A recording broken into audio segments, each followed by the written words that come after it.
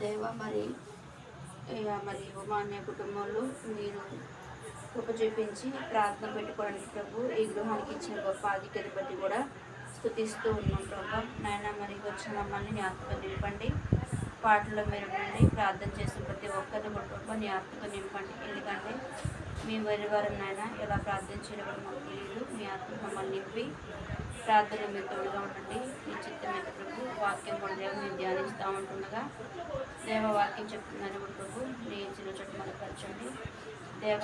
మా ఇష్టానుసారం కాదు, మనుషులు ఉద్దేశించి కాదు కానీ ప్రభు నీ మాటనైనా చెప్పుకు దేవ నీ ఆలోచన ప్రకారం నన్ను నడిపించండి.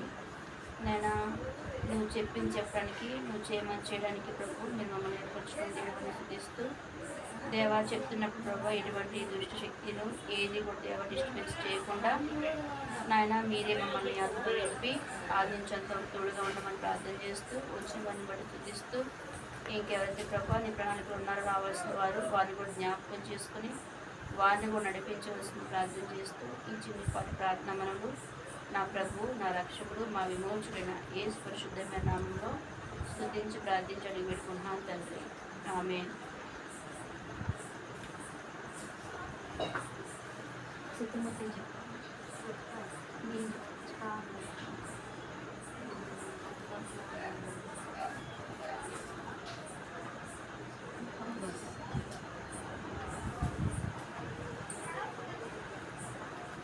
నీవు నా తోడు ఉన్నావయ్యా, నాకు భయమేల నా యేసయ్యా.